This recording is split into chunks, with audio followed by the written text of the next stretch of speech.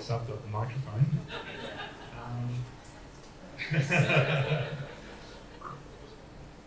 To me, cybersecurity can't be just all about security.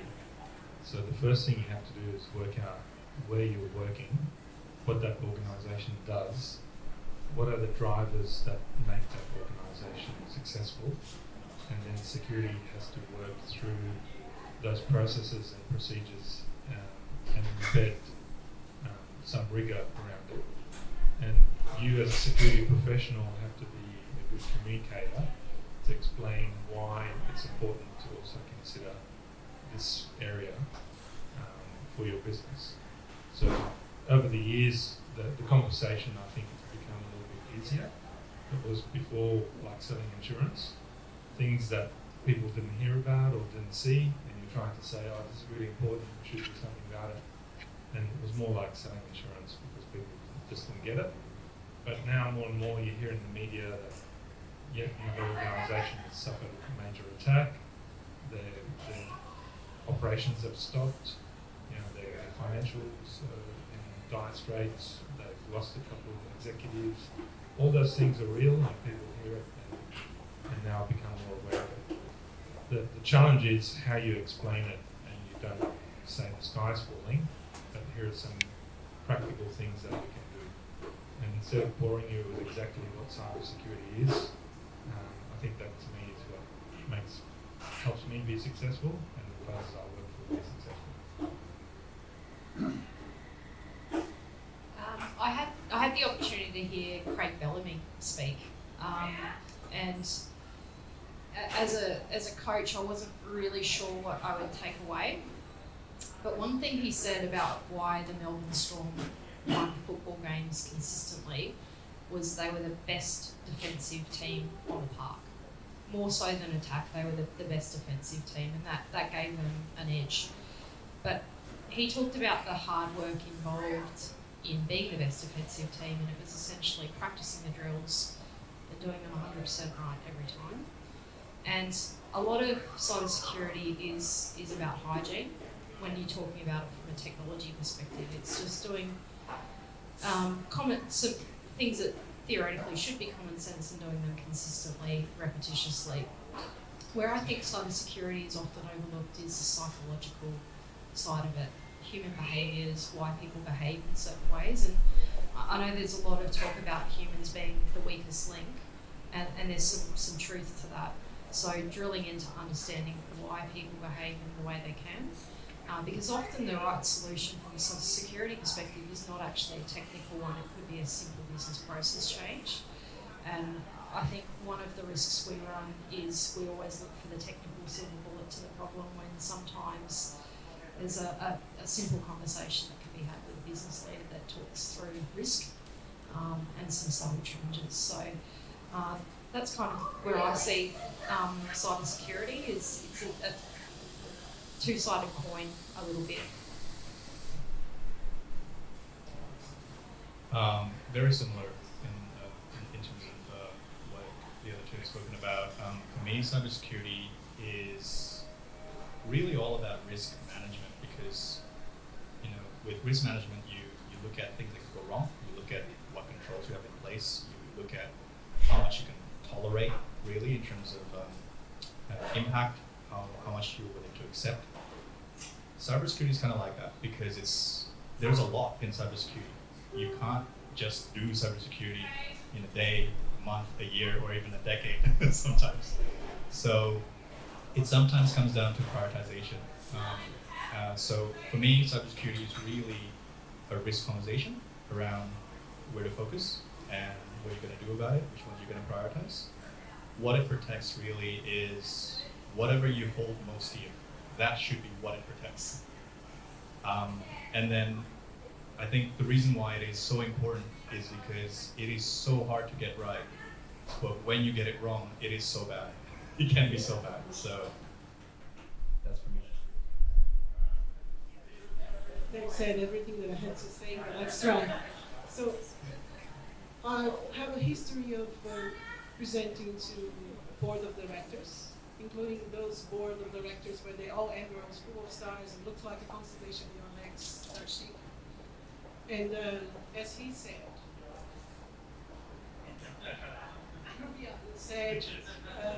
it's all about risk management. So, and the board of directors and the executive, they do not understand how many attempts of breaking into a firewall and attempts of accessing and changing our website. They understand profit, loss, and advantage and business opportunity. And so I see cybersecurity as an enabling factor for you to perform the tasks your business needs to perform. So if your not-for-profit is about adoption and fostering kids, so you want to deliver a service to a public that is, people are sentimentally vulnerable on one side, so you have your altruistic reason to do your best, and your executives, they have their risk management approach to it, and for you to do your best, you need to do it in a secure way.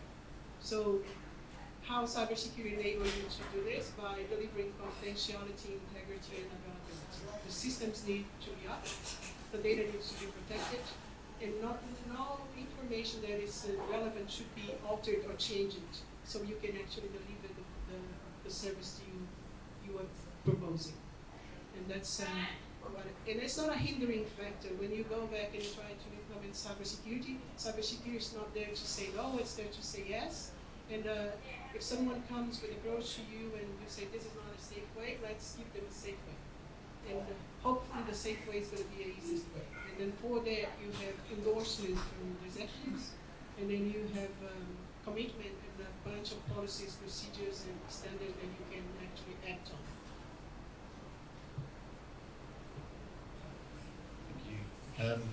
Yeah, look, I think, as Virginia said, the other end of the tables, the other end of the seats probably said most of what needs to be said in this space. So for me, it's quite simple. It's really, cybersecurity is that set of processes, procedures, the culture you build within your organisation that enables you to carry out your business safely. I think one of those barbecue questions I get when people say, what do you do? I say, I do security at a university, and they'll go, oh my God, that must be so difficult. And the answer to it is that you've got to, or I have to compartmentalise it into those risk categories about what are the things that are most important for me to solve today, and then what are the most important things to solve next week on time, and eventually, as we go through the process of our program, we will get to a more mature cybersecurity platform. So, it's really about, it's really echoing the stuff that Virginia and Alvin said about, it's really about risk management. You can't fix everything today, but it's really important that you know where your risks are and you know what to do if something happens. Okay, you can keep the mic. Next topic. What are some of the major cybersecurity risks and consequences that a not-for-profit can experience if not protected?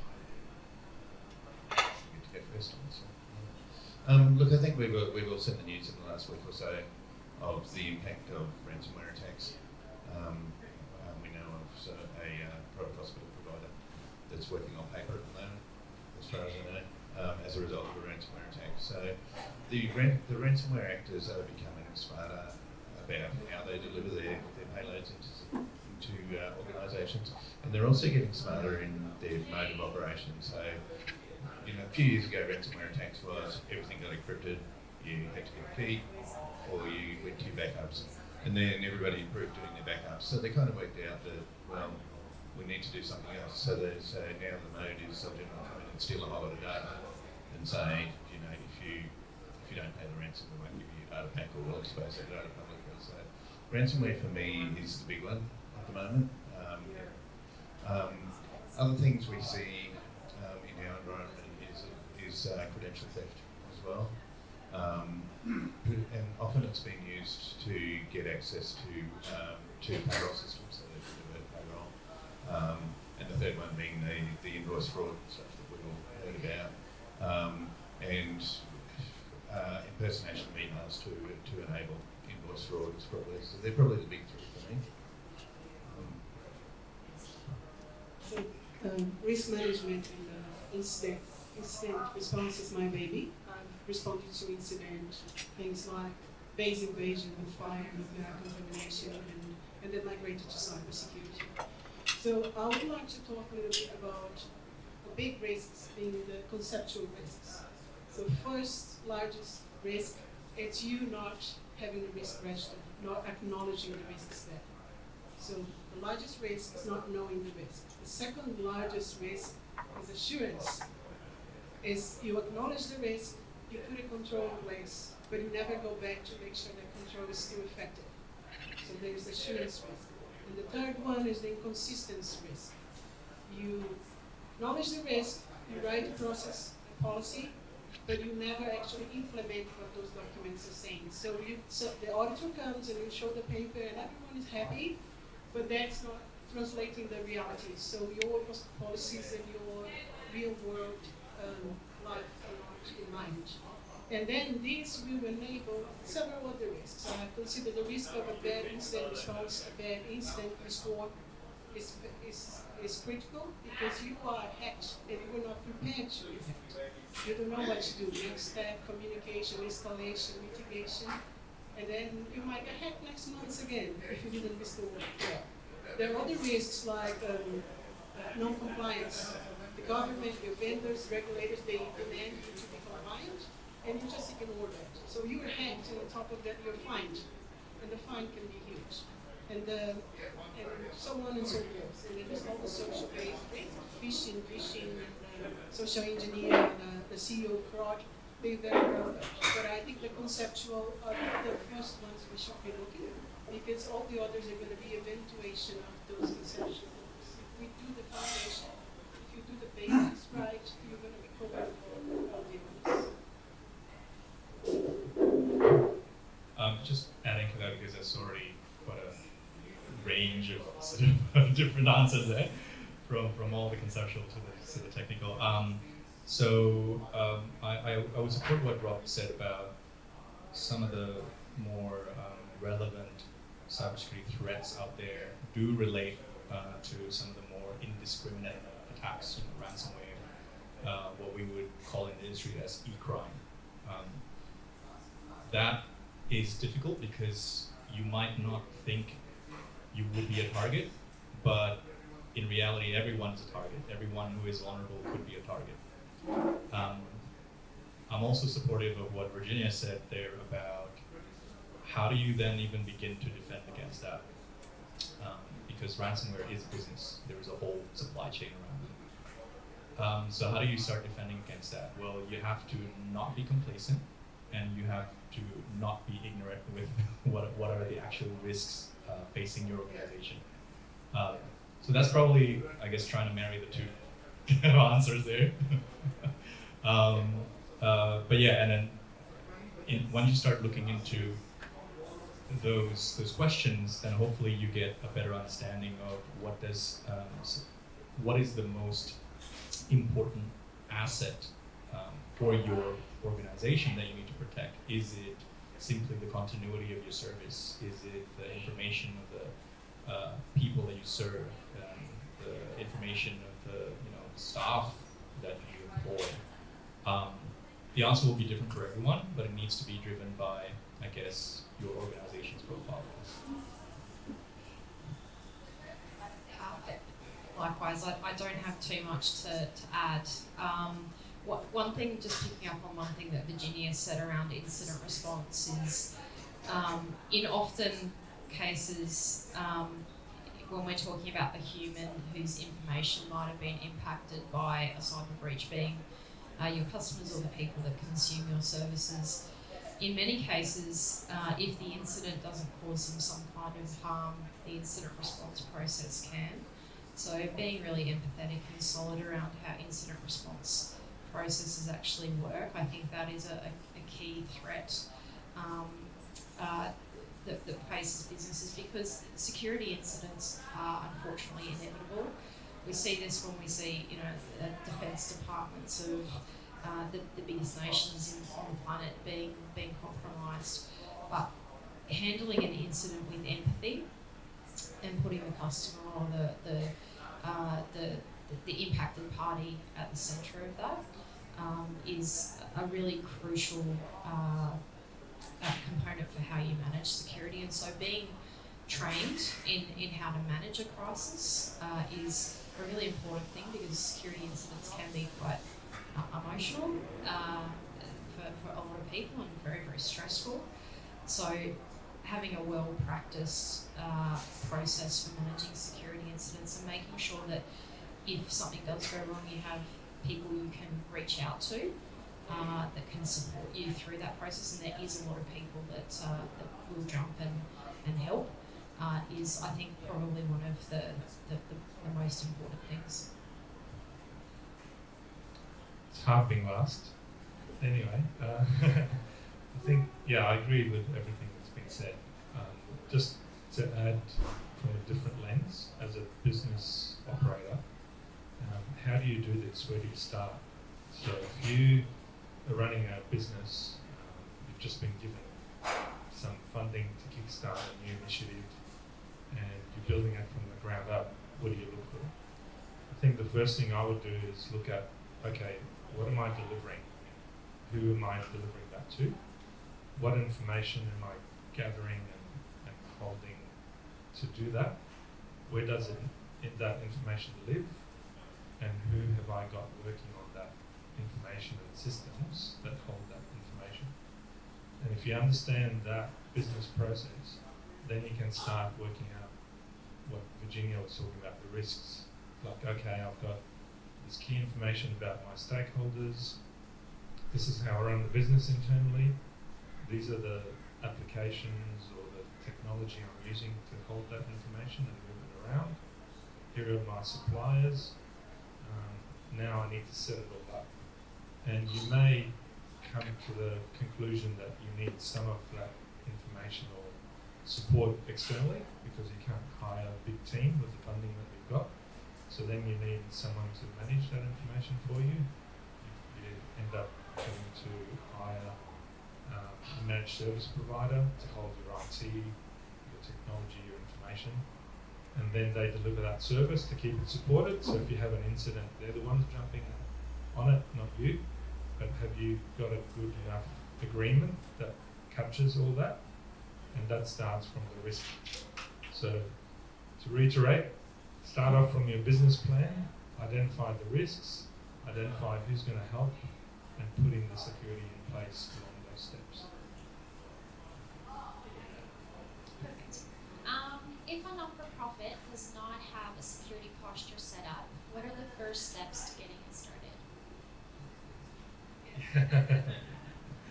Yeah, I think sometimes you have the luxury of starting from zero. So you've got a blank page and you're a startup, and that's good and bad, but that's one way to manage it. And you do what I just said.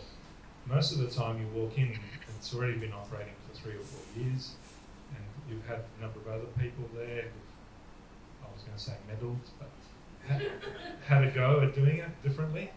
So you have to build it from what they've built onwards, and that could be difficult. So one of the things that I mentioned there is managed service providers. You might have a 3-year contract that you can't get out of, but maybe you have a conversation with them and say, look, I don't see anything in this agreement to talk about security, but that's a big concern for me, the executive, the board.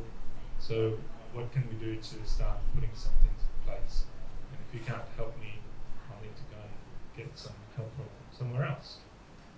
But having those conversations to kickstart it when you're walking in and everything's already set up, and doing that mapping actually helps, because a lot of organisations have bolted on different things as they've grown. Businesses don't stay still. You might have one delivery focus 1 year, and then you've added 3 more next year. So your business changes and grows, but no one keeps a good map of what that looks like and updates the risks. So as you walk in, it's good to do that health check to see where you're at. The other thing I call closing the gate. So where you see bad things have already happened, put a process in place to stop it from continuing. So one area, to give you an example, is procurement. You've got 10 people with credit cards, they keep buying stuff from work, they hire services, they do a lot of things with that money. Putting a procurement process in place that standardizes how that happens and allows you to have visibility of it and do a risk assessment on it, and you might choose a vendor based on what that risk assessment looks like. So that might be like an application that's hosted in the Ukraine, which is really cheap, versus a little bit more expensive application that's hosted in AWS in Australia. So that risk assessment gives you an idea of what you're looking for and buying it. So you're building security and closing that gate from perpetuating bad and worse habits. I'll stop there to give someone else a go. Yeah, I look, totally agree with John, and just, I suppose, leveraging off some of the things that have already been said is, if you're starting from square one, then knowing what your assets are and that your business strategies are has got to be the first step. And then, as has already been mentioned, making sure you're doing a risk assessment across those. So understanding what the impacts would be if that data was to be made unavailable, or confidentiality was breached, or that data was changed. And then you can start to kind of map out what controls you put in place from there. So I'll go with some of the more boring but important stuff, just to kind of keep it, fresh. So still on the theme of risk assessment and doing all the important things there to understand how your organization work. I highly recommend picking some of the mature frameworks out there, like ISO 31000. Forget the number for the business continuity one, but do a business impact assessment based on that as well. Those things, when done well, will really carry its weight in gold in terms of usefulness and how you can then continually use that to inform your decisions. But the journey will not end there. Like that, those standards actually will tell you to do it once, then do it again and again and again, review it. So that's probably my contribution to this. Like, have a really good process done based on some of the more mature standards, because they do walk you through some of the important things that you need to do before you even begin a risk assessment. For example, understanding your own context, understanding what you have, and so forth.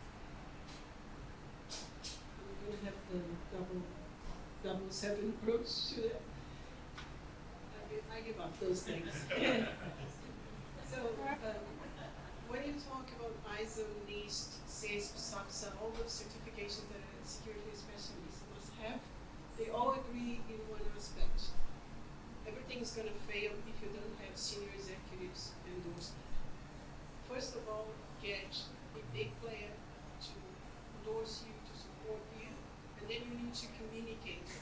And cybersecurity is everyone's business. If you start alone, you're going to fail. So, and for you to secure budget and secure support, you need to have the leadership supporting you. How do you do this? You need to define your threat landscape. And some people find it corny, but I go back to the art of war. You understand yourself, understand your enemy, and you understand the battlefield. And understand what you have, there's more questions that crowds choose. So I'm a non-for-profit, and I'm going to use the same example. I work with adoption. Who is the enemy? The enemy can be anyone, because if you deal with any money or personal sensitive information, they can monetize. Financial motivation remains the strongest one, because we're not dealing with the boy in the basement community. We're dealing with organized cybercrime, and they monetize everything. I've been part of tasks where people went to the house of a big player in the company to hack him first, and once they found photos of the gentleman showing him his kids, they monetized them as well. They sold those photos to a network of pedophilia. So everything can be monetized, and your reputation relies on you taking good care of that data, especially not for profit, because the people you deal with, they are vulnerable. And it comes to the media that you were hacked and you were not proactive, reactive, you didn't care, you didn't plan a good defense, because the more you defend, the less you need to respond. So the idea is, don't be what you have, it's the enemy, their motivation, and then you put it through. And how do you do this? You can use a hire company to do, or you can hire an employee to do that for you. And the research on who you are is something that you're going to report to, because the business change, and the trends they change as well. And then you go and make sure you put controls in place that to mitigate the risks or identify to make sure that it's still. Give you an example. Like a few days ago, a not-for-profit healthcare organization was hacked in Brisbane. I went to do instant response for a third party, not for them, because that third party connects to their systems. They provide chemotherapy. And those guys needed to block all network connection and revoke connections and access. So you need to know, as John said, your people, your third party, everyone that relates to you, your interactions, what the government expects from you as well. So, and then you put a plan in place. I think that is the first step. Usually, being the size of a company and also being an advertiser, you get someone to help you do a security assessment using those frameworks. Or you get someone to do a penetration testing. It will expose lots of vulnerabilities. And the penetration testing needs to follow a methodology that's risk-based. Theory of finances, we don't have money to fix everything. But if the results of the penetration testing was risk-based, you know what to fix first. And one thing that you can fix many areas of the business. So for you guys that if they go through the advisors, then you can keep checking. That's my recommendation. Well, that's a really different one, isn't it? Look, I think for me, it's really the simplest thing you can do is make security part of every conversation you're having. And so when someone wants to procure a service, make security a subject to that, or a requirement of that procurement. Somebody wants to share data with another organisation, advise them on how they can do that securely.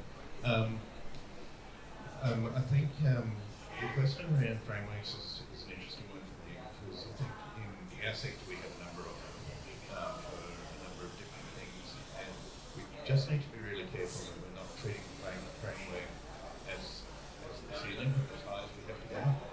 We need to make sure that we're always striving to do better than what we're doing. So those two things. If a non-for-profit is not in a position to invest money in setting up security, what are the very basics that employees need to be trained on? Yep. All right. I'll go first. Look, the cybersecurity culture within your organisation is one of those things that's just so important to being able to deliver a mature cybersecurity framework. Certainly over the last few years, email phishing has been the biggest threat that we see in our organisation. So we run a fairly intensive program, some call it annoying, of phishing testing and training and things like that goes out sort of about every 6 weeks. Something goes out to all staff across the university. So I think that's one major thing we can do is educate people about their cyber behaviour. Other things that we also educate people on is around quality of passwords and how to make unique passwords that aren't your pet's name. I think I saw some statistics the other day that some 40% of passwords are people's pets' names or some derivative of them. So password hygiene, and I guess the other thing is making sure that everybody through your organisation knows that security is important from top to bottom, right through your organisation. I certainly remind people in our organisation that I'm a standing agenda item on the risk and audit committee. So I don't really want to go there to say we're performing badly. I'd rather go there to say we're improving. So, and if you're ingraining that sort of culture of continuous improvement around your security within your organisation, that's really what you should be doing. Okay. Have you guys heard about the ASD Essential 8 or Top 4? So technically speaking, that is good place to begin. these three dimensions, three pillars. There's people, process, and technology. I agree we need to educate people. It can be for free. You go to the internet and find the education. But it's the same thing I tell my kids how to identify a threat. When I leave my windows and doors open, I actually remove my doors and windows from the house. Then we will identify the threat with the traps in the community. So you need processes. You need to write rules on how you protect your house, and you need to buy technologies. And technology is just the door that opens the windows.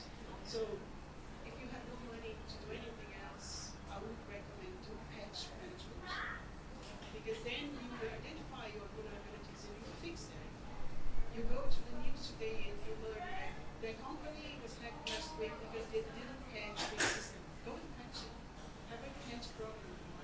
And it can be cheap. You can go to your vendors and download the patches for you. The second thing is about access control. If you prevent the thief, the robber to come to your house, don't give them free access. So do some access management and a multi-factor authentication, I would say. Add a second layer of identification. Can be advice. Usually work like this, something you know, something you have, and something you want. So if you have a card, use also your iris, something you want, or something you know and password, and do as Rob said, with password hygiene. Because if you go and study technology for the crime, it can be a cyber crime to happen, you need to have a vulnerable target, a sense of guardian, and a bad intentioned criminal. So if you have the guardian that is your firewall, your access control, your multi-factor authentication, the bad intention guy is out there, but you are protecting. You need the three to happen at the same time. So if you have process, people, and technology, you don't need lots of technology. And you will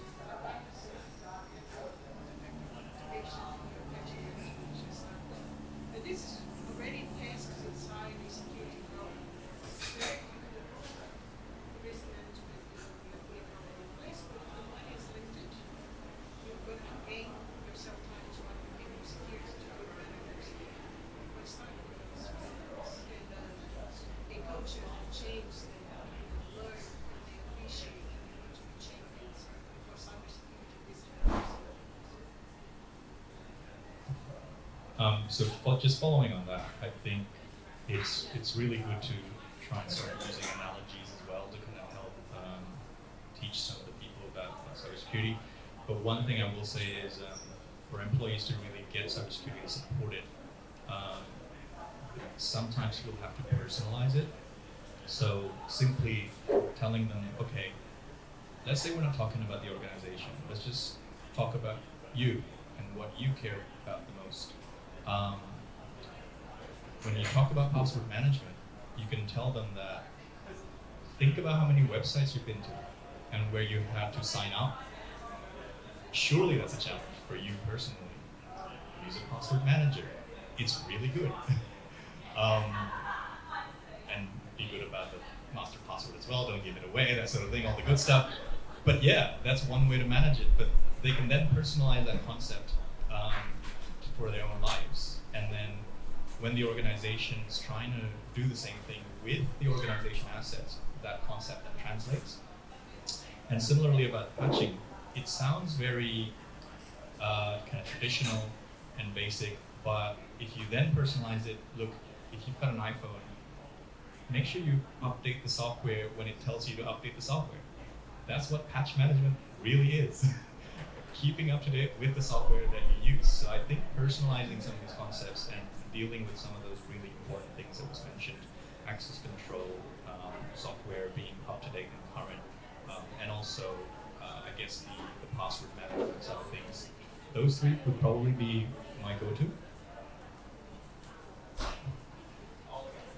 Yeah, it is tough going honest, isn't it? So my little tip would be become aware of what security capability you're actually already entitled to. So more and more, especially with big tech companies, if you're paying for an operating system as an example, if you're paying for an email service, a lot of big players such as Microsoft already provides capability. As an example, one of the best antivirus solutions available today is the one that you just get as part of Windows. So simply turning those things on, setting your machines or asking your employees if they're bringing their own device to set their machines to automatically patch as well.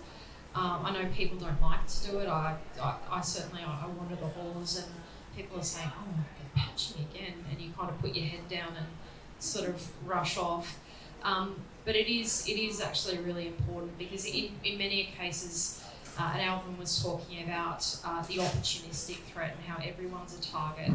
Often it's very simple controls that will cause at least a low-level, non-targeted attacker just from moving on. And Virginia gave the example of if you say we don't want to let the bad guy in the house, but then you take the doors off the hinges. Well, they're gonna come and rob your house, and I think back, cybersecurity is a lot like the technique my dad used when I was little. Every house in our street was getting broken into, so he went and got a Rottweiler. No one broke into our house, right? They're going to go next door. So just putting some simple things in place, and multi-factor is a really good one. It's not going to stop someone who actually wants to get in, but it will slow down people who are just seeing if they can get in. So putting some simple things in place, even things like Google Authenticator, they're free, and you can often enable them as part of the email service that you already have. So with simple configuration and obviously some user training around how to make that work. So you might be entitled to more than you're aware of. So I'd pull that one out.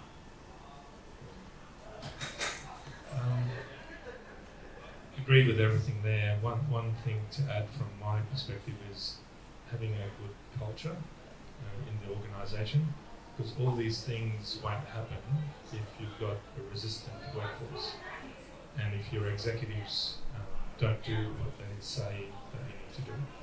So, I'll give you an example. If there's a rule that you don't bring your own device, everyone uses a corporate laptop, and the executive goes and gets an Apple Mac, everyone knows that the executive's not following. And what does that mean for the rest of us? We don't care about security. He doesn't care, or she doesn't care. So you have to set the tone from the top and make it practical, and everyone follows the rules. There's no bending the rules. It's hard to do in a place where security is not top of mind. So I think Rob was saying earlier, have a conversation about it in different discussion groups. So whether you're working on a project, or you're connecting to a new agency, or you're about to win a big agreement with a major organisation, have security as part of that discussion. And that helps with culture as well. It can't be just something that tacks in on the end, and you may or may not do what that security guy is telling you to do, because he always mentions about everything. So that tone and culture, I think, makes the big difference in NFP. So you could win a lot of arguments, and you could have everyone working for you rather than against you if you have a good culture set from the start. Like I've worked in different organisations for a big intelligence organisation in Canberra, where the security culture was so entrenched, no one questioned that you can't connect to the internet from this computer. I can't use a USB stick. I can't do this, I can't do that. I have to have security clearances every 2 years, and they ask me lots of questions about my sexual preference, my finances, how many places I've been to overseas. So there's a culture where you have to accept, and there's a culture where you work against. And I think that makes the biggest difference. What should a not-for-profit do if it identifies a data breach? Okay. I think a few of us hit on that already, but Virginia mentioned it at the start, is that if you don't have a plan for when things go wrong, that's going to be the worst case scenario for you. Because when you have a data breach incident, you've got all these organisations that you work with, all of a sudden ringing you saying, what the hell's going on? What's happened? What do I have to do? Is it going to affect me? You might have the Information Commissioner in Canberra saying, is this a data breach? You need to report to us. We'll send some people over to have a look, which is not a good thing.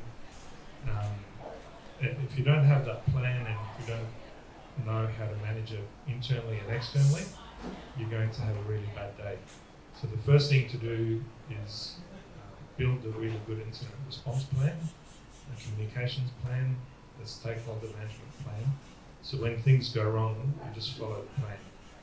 And probably worth bringing someone else in to help, because there are a lot of moving parts depending on how the incident happened. I could tell you worries about when I used to do it to other people and sit back and watch. They actually made the incident worse rather than better, because they turn things on and off and move things around, and the little incident that you did becomes a major incident because of how they responded. So I think that's my main recommendation.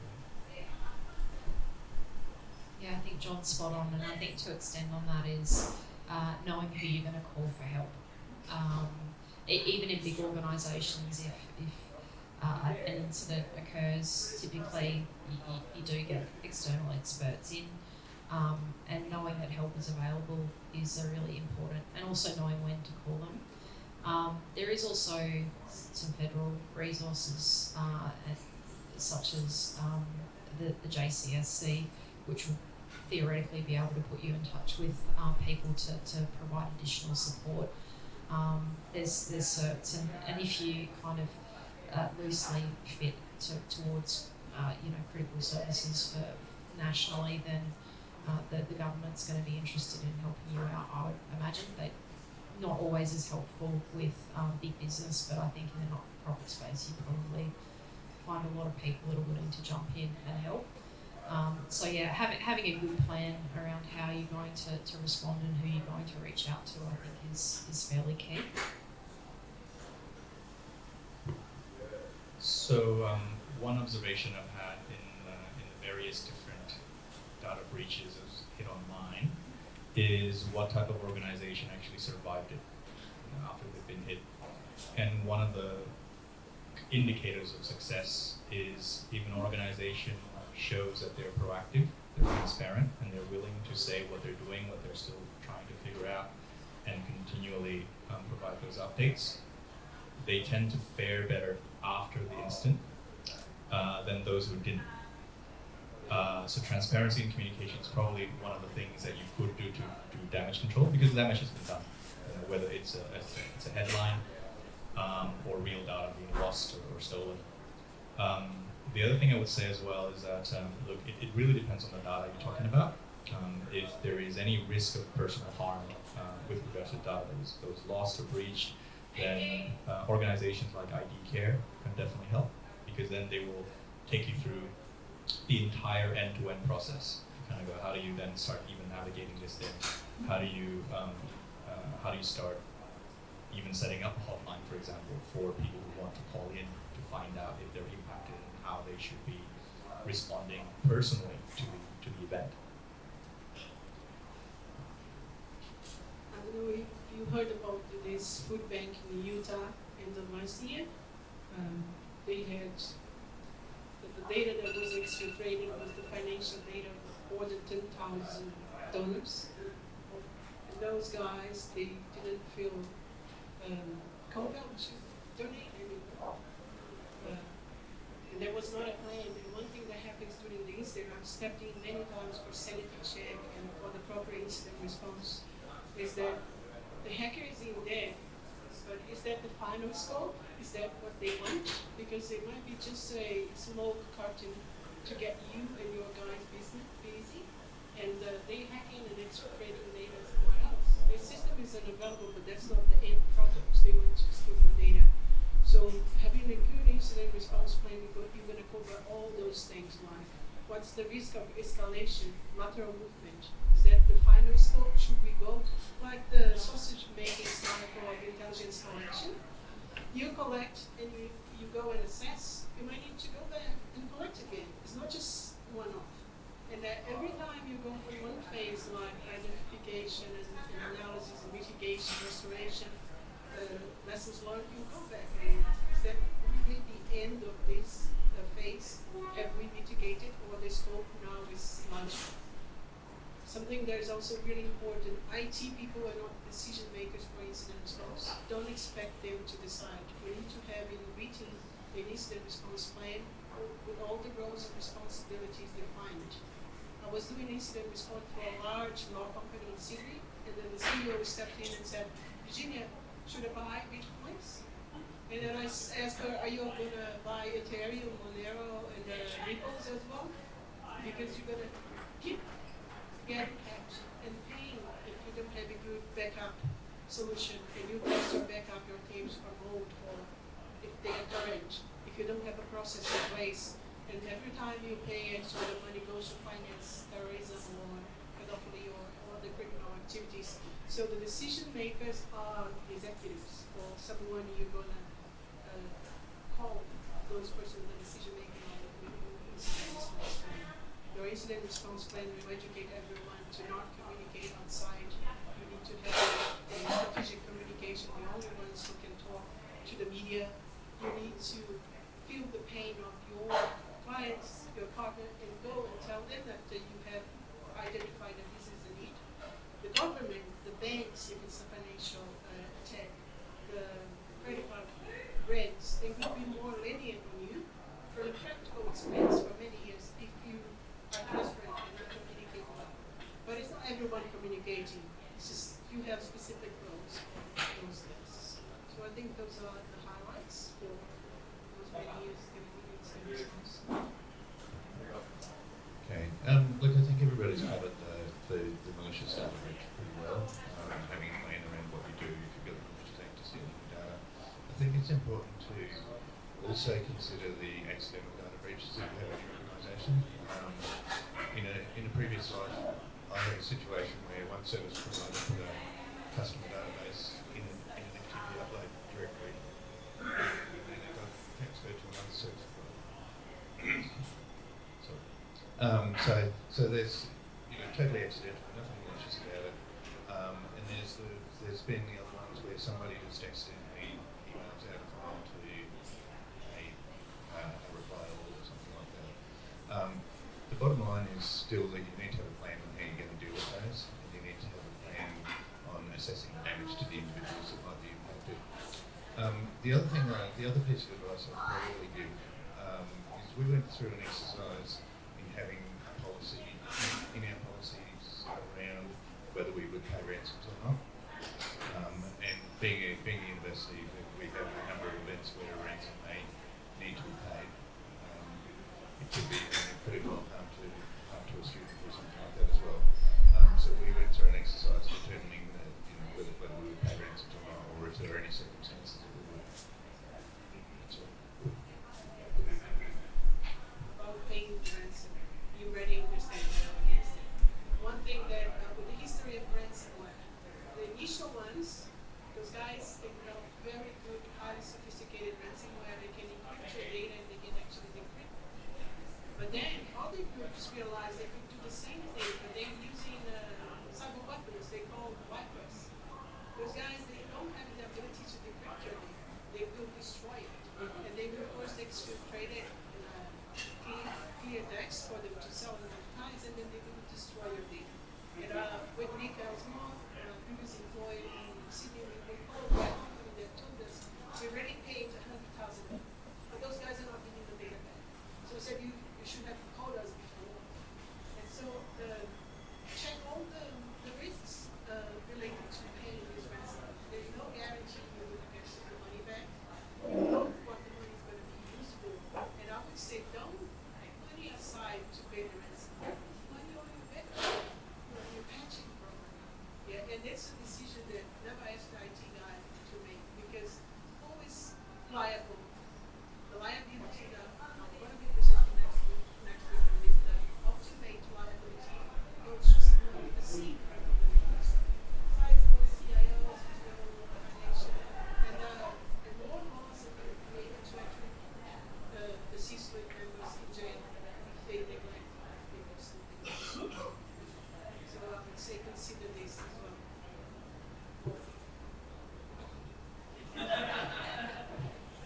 So, on a very interesting topic of paying ransomware, one of the implications that you also have to think about is you don't know where it's going to. There might be sanctions in place where if someone ends up figuring out where all that money goes to and it actually ends up in a country that has sanctions against it, you could inadvertently be in more trouble.